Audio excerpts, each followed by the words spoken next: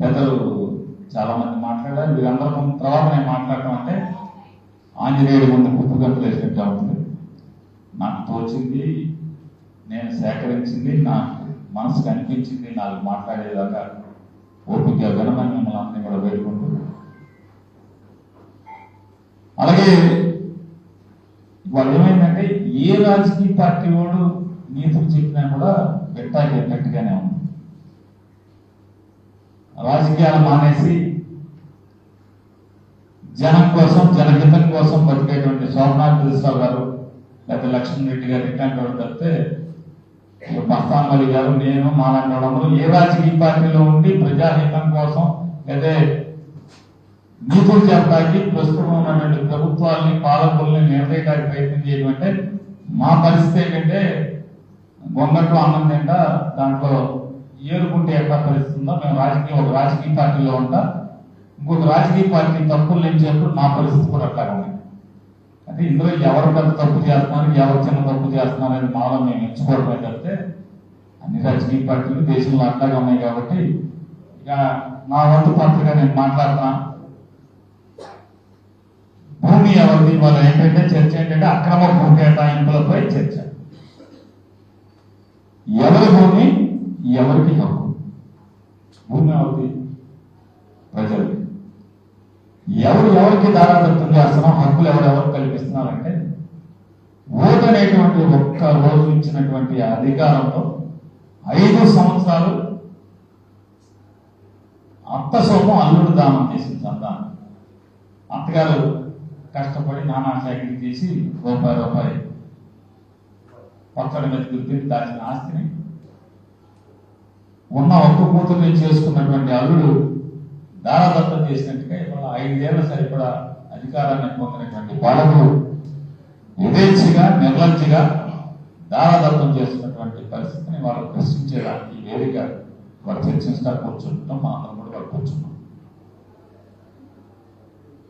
ఒక ఆయన ఇక్కడ వ్యక్తుల పేర్లు అన్నారు. ఒక పాలకుడు మాట్లాడుతూ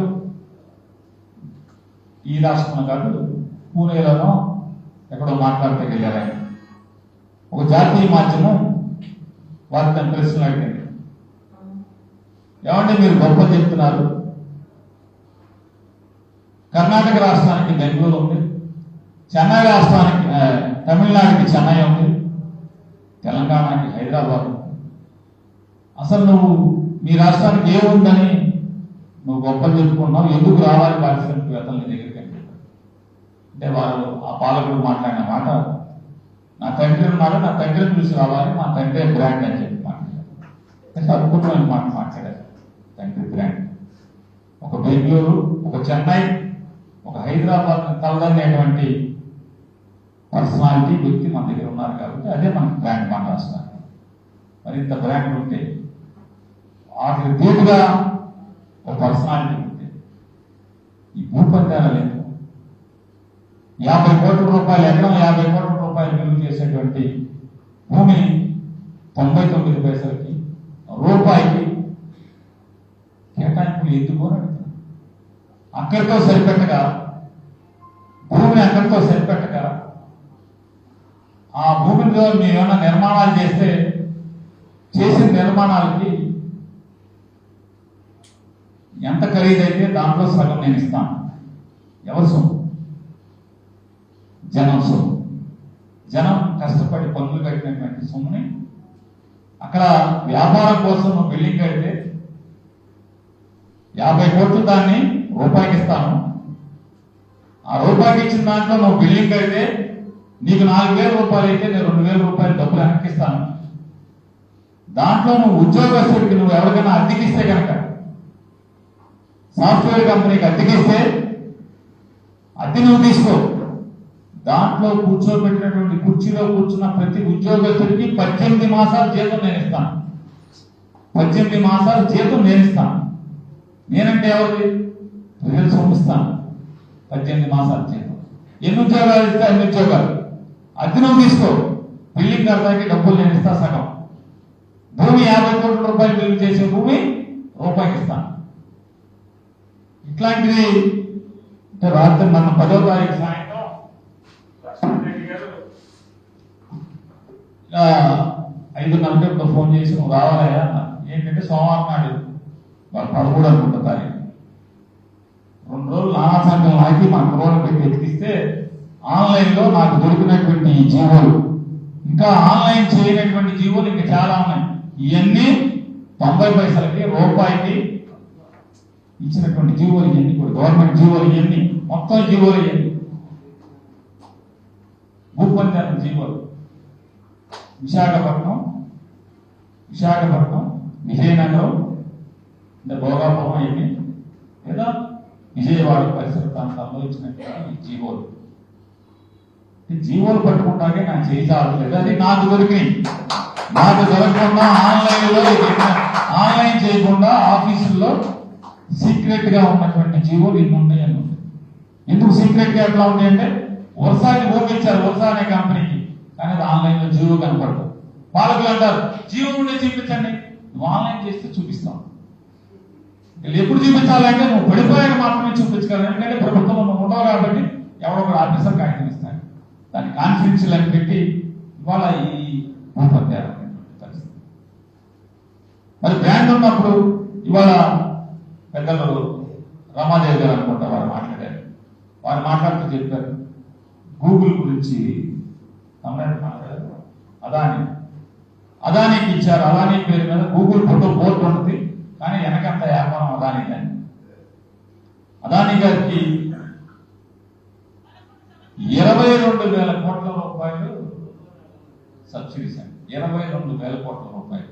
వాళ్ళు చెప్పారు కేంద్ర మంత్రి వచ్చి 5,000 ఉద్యోగాలు ఇస్తాను. ఇప్పుడు వాళ్ళు చెప్పడానికి ఒక ఫోన్లో కొట్టారు.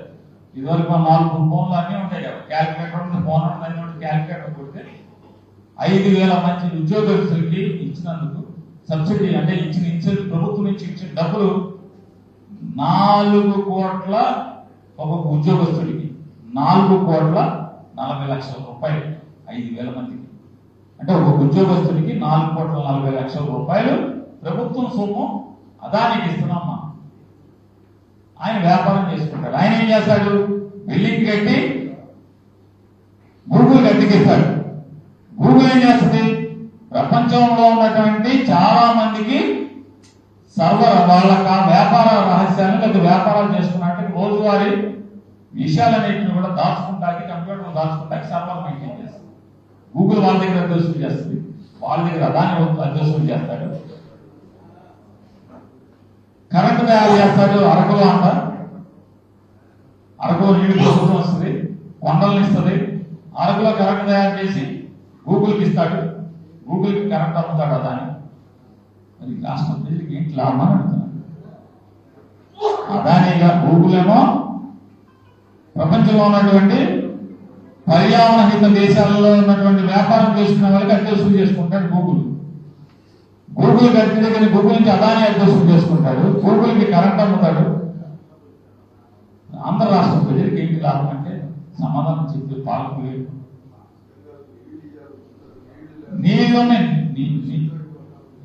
నీళ్లు ఎన్ని పక్కన పెట్టి ఏంటి లాభం అని అడుగుతున్నారు. ఎవరికి లాభం? ఓకే మనం త్యాగం చేద్దాం, కానీ లాభం ఎవరికి? ఆంధ్ర రాష్ట్ర ప్రజలకు లాభం ఏంటని చెప్పేవాడు ఎంతసేపు కూడా ఉద్యోగాలు ఉద్యోగాలు ఉద్యోగాలు అని చెప్తాం. ఉద్యోగాలు సరి ఈ లక్ష్యం ఇక్కడ కాకపోతే ఎవరో ఆ ఉద్యోగాల్లో ఆంధ్రప్రదేశ్ రాష్ట్రానికి సంబంధించిన పిల్లల్ని ఏపీలో ఆధార్ కార్డు ఉన్నోడికి మాత్రమే ఉద్యోగం అని చెప్పని ఎక్కడన్నా జీవో ఇచ్చావా? ఎవరికి ఉద్యోగాలు అంటే ఉద్యోగం అనే పేరుతో మొత్తం లూటీ చేస్తున్నటువంటి పరిస్థితి, నిలదీసే పరిస్థితి. లూడు కంపెనీ ఇన్నాడా లక్ష్మణరావు గురు గారు గుర్తులు నాకు ఇష్టమైన రాజకీయ నాయకుడు. నేను 2004లో ఎమ్మెల్యే, నా వెనకాల ఆయన ఎమ్మెల్సీ అయ్యారు. ఆయన ఎమ్మెల్సీ అవడానికి నేను పార్టీ వేరైనా అభిమానించాను, నా పని చేశాను, నాకు ఇష్టమైన. వారు మాట్లాడుతూ చెప్పారు, ఏం చెప్పారు, మనం విజయం సాధించాం, పెద్దవాడ బస్ స్టాండ్ స్థలాన్ని రూలుకి ఇస్తే మనం పోరాటం చేసాం, అలాగే మిగతా పోరాటం చేయాలి.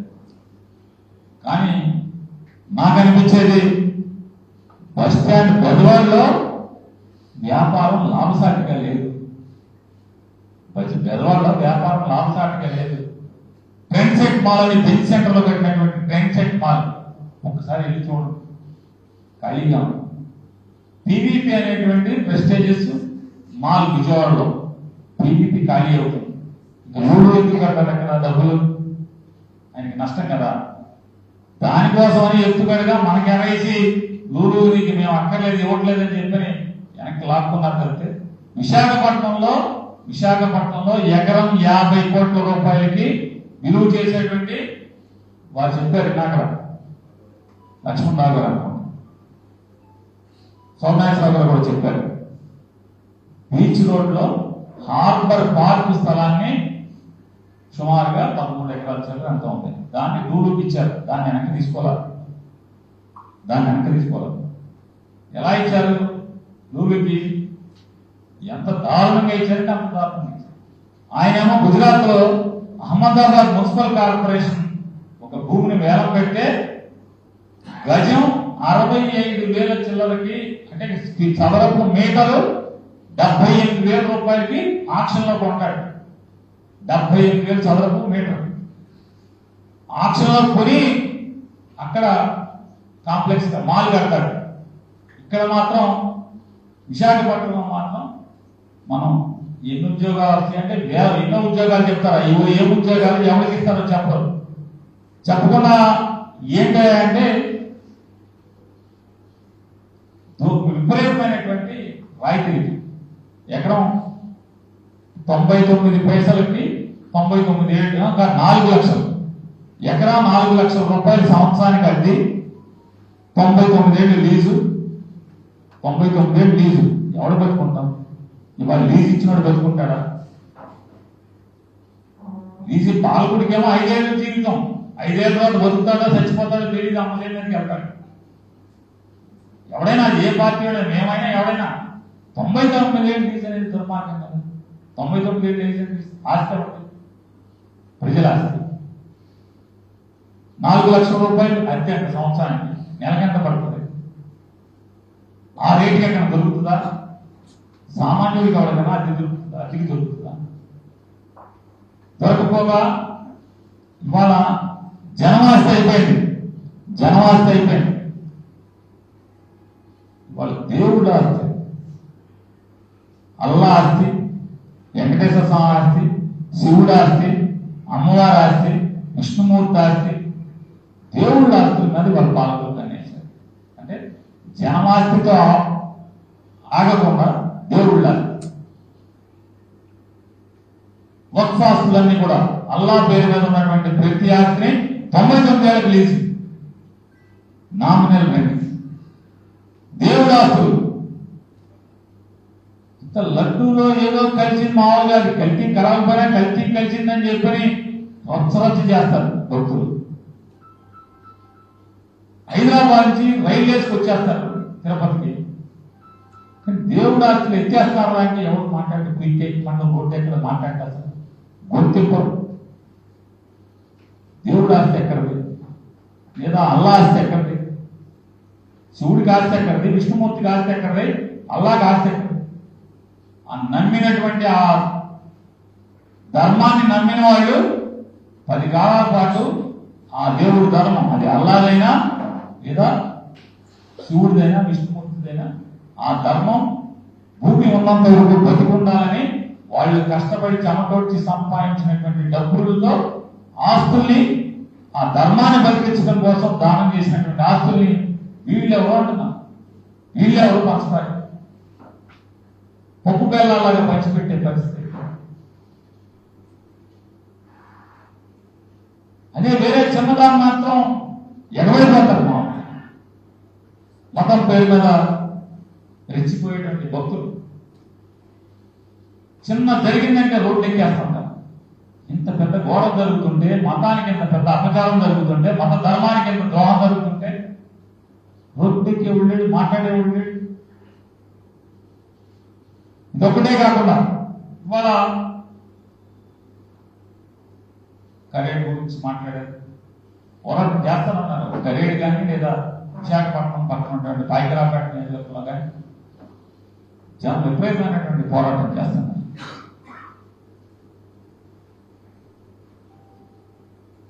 నచ్చేది అంటే ఇక్కడ మనం వాళ్ళ మీ కూర్చున్న మీరు కానీ మిమ్మల్ని కానీ ఇక్కడ కానీ మెచ్చుకోవాల్సిన అంశం ఏంటంటే పాలకుడు ఎంత బలవంతుడైనప్పటికీ కూడా ఎంత వేధింపులు గురి చేస్తాడని తెలిసినప్పుడు కూడా ధైర్యంగా ప్రశ్నించకపోతే ఏదో అమ్మ సామెతగా ఉంటుంది. బలి తెగించినటువంటి ఆంబోతు చేలో పడి వేస్తుంటే అదిలించకపోతే చేను మొత్తం వేసే పరిస్థితి. కాబట్టి ఖచ్చితంగా మన ధర్మంగా ఇలాంటి అంటే ఆయన వయస్సు, ఆయన ఆరోగ్యం ఆ స్థితిలో ఉన్నా సరే ఆయనలో వడ్డ సమాచారంలో అణువు రక్తం అని ప్రతి అణువు ఎంత పోరాట బయటకు ఉంది ఆ రక్తానికి ప్రతి చుక్కకి అనేది చూస్తే అసలు నాకు ఆశ్చర్యం. బతికితే ఏ రాజకీయ నాయకులు సరే రాజకీయాలు చేస్తాం కానీ బతికితే వడ్డ సమాచారాలు బతకాలి.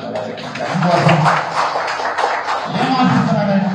ఏం ఆశిస్తున్నాడు? పదవి కావాలా, ఎంత హోదా కావాలా, గవర్నర్ గిరి కావాలా, రాష్ట్రపతి పదవి కావాలి, ఏం కావాలి? అక్కడికి నడవడానికి కూడా ఇవాళ బ్యాటరీ కూర్చిపెట్టిన ఆయన నడిచే పరిస్థితి. ఎంత సంకల్పం, ఆత్మవిశ్వాసం, ఆ రక్తం ప్రతి పొట్టు పోరాటం కోరుకుంటుంది. నాకు అనిపించేది జనం కోసం బతకడం అంటే వడ్డే సోమేశ్వరరావు చూసి బతకాలి. గతంలో జనం కోసం అసూలు భాష మనం చూసాం. వాళ్ళు ప్రాణం త్యాగం చేయకపోవచ్చు కానీ ఈ స్థితిలో పోరాటం అనేది నిజంగా మనస్ఫూర్తిగా ఆయన్ని పాదాభివందనం చేస్తూ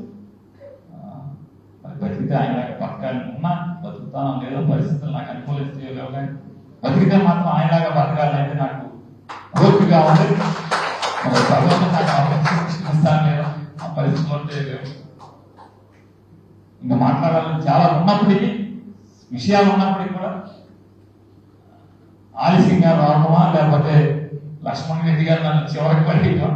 ఎందుకంటే 1 గంట అయిపోతుంది, సుమారుగా 1 గంట ఆగిపోతుంది. అంటే వాళ్ళ అనంతమైనటువంటి విషయాలు ఉన్నాయి. వాళ్ళు మనం పరిగణలో తీసుకుంటే మాట్లాడుకుంటే లెక్కకి మీకు చెప్పా కదా, నేను ఎదిగితేనే మొదటి నుంచి ఇన్ని జీవులు వస్తే ఇన్ని వందల వేల ఎకరాలు ఈ పరిస్థితి ఉంటే ఇటువంటి ప్రయత్నాలు ఇంకా మెండుగా జరగాలి. ఖచ్చితంగా పాలకులు ఉన్నటువంటి అధికారం 2024 జూన్ జూలైలో ఉన్నటువంటి పొగలు రోజు రోజుకి మనం కొత్తగా బ్యాటరీ వేస్తే చాలా దూరం పడుతుంది. గోడ మీద దూరం వెళ్ళి పడుతుంది. వాడగా రోజు రోజుకి ఆ పవర్ దొరుకుతా ఉంటుంది.